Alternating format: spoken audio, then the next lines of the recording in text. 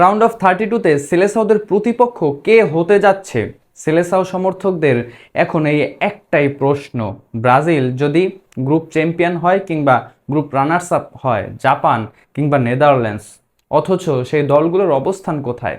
সালামু আলাইকুম, আশা করি যে যেখানে আছেন সুস্থ আছেন। এখনো শঙ্কা কাটছে না ব্রাজিল কোন অবস্থানে থেকে গ্রুপ পর্বের খেলাটা শেষ করবে। পরবর্তী রাউন্ডে যাওয়ার জন্য গ্রুপ পর্বে ব্রাজিল প্রথম, দ্বিতীয় নাকি তৃতীয় অবস্থানে থেকেই এই বিশ্বকাপে যাত্রাটা গ্রুপ পর্বের শেষ করতে যাচ্ছে। আচ্ছা, মেনেই নিলাম ব্রাজিল এই গ্রুপে গ্রুপ টপার হতে যাচ্ছে। সেক্ষেত্রে গ্রুপ এফ এর নেদারল্যান্ডস কিংবা জাপান, ওই গ্রুপে যে গ্রুপ রানার্স আপ হবে সেই খেলবে পরবর্তী রাউন্ডে ব্রাজিলের বিপক্ষে। অথচ নেদারল্যান্ডস এবং জাপান নিজেদের ম্যাচে নিজেরা 2-2 গোলে বিশাল সমতা নিয়ে সেই হাড্ডাহাড্ডি লড়াইয়ের ম্যাচ শেষ করেছে। এরপরে নেদারল্যান্ডস এবং জাপান যা করেছে, এই বিশ্বকাপের সবচেয়ে এক্সাইটিং ম্যাচ সম্ভবত সেই দুইটিই। জাপান দ্য এশিয়ান জায়ান্ট তিউনিশিয়াকে 4 গোলে উড়িয়ে দিয়েছে, নিজেরা একটা গোলও হজম করেনি। নেদারল্যান্ডসের বিপক্ষের সেই ড্রর পরে এই ম্যাচে এরকমের দানবীয় পারফরম্যান্স জাপান 2019 সালের পর থেকে কোনো ইউরোপিয়ান কান্ট্রির বিপক্ষে হারেনি, পরাজিত হয়নি, সর্বোচ্চ ড্র করেছে। কত বড় অ্যাচিভমেন্ট এই দলটার জন্য, এবং ফ্রেন্ডলি ম্যাচেও কামব্যাক করে ব্রাজিলকে হারিয়ে দিয়েছিল। তাহলে কিভাবে জাপান ব্রাজিলের জন্য নরম প্রতিপক্ষ হয়, সেটাও এখন টেনশনের।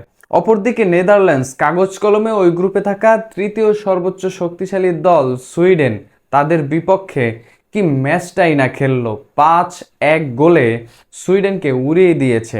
সেই ম্যাচে নেদারল্যান্ডস যেভাবে ডিফেন্সিভ মুডে খেলেছে, ঠিক সেভাবে আক্রমণেও ছিল চমৎকার।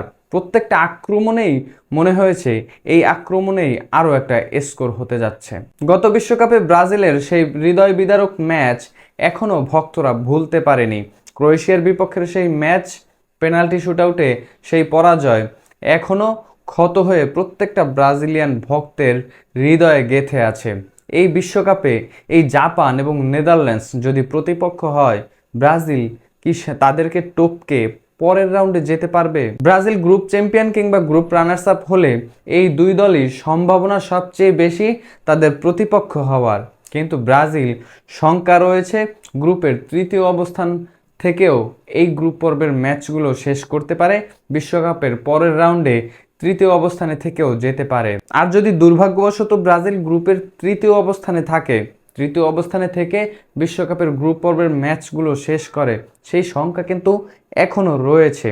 তাহলে প্রতিপক্ষ সেই জার্মানি, ফ্রান্স শক্তিশালী কিংবা মেক্সিকো হতে পারে।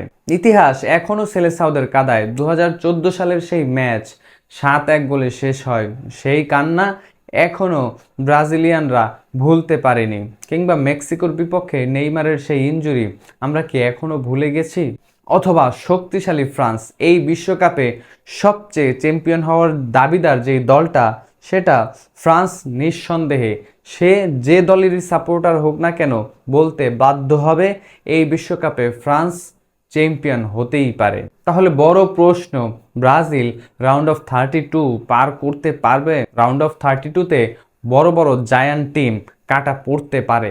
ছোট ছোট দলগুলো এই বিশ্বকাপে যা দেখাচ্ছে, সেখানে কি হবে, কি হতে পারে, তা আমরা কেউই বলতে পারি না।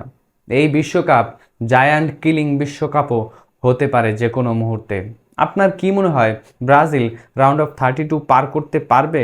কিংবা ব্রাজিলের প্রতিপক্ষ রাউন্ড অফ 32-তে কে হতে পারে? কমেন্ট বক্সে আপনার মূল্যবান মন্তব্য অবশ্যই জানাবেন।